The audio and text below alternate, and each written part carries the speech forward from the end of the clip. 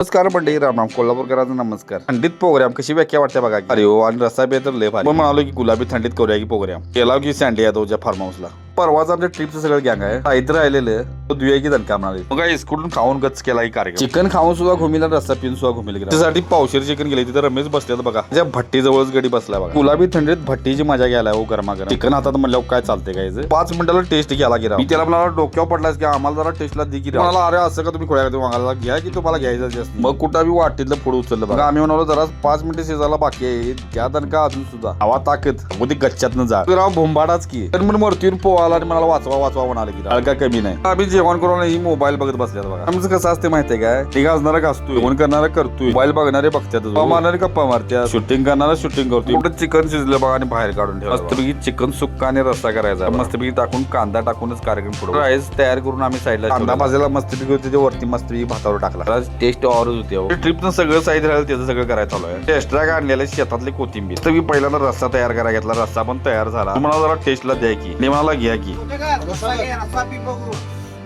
रफा जरा.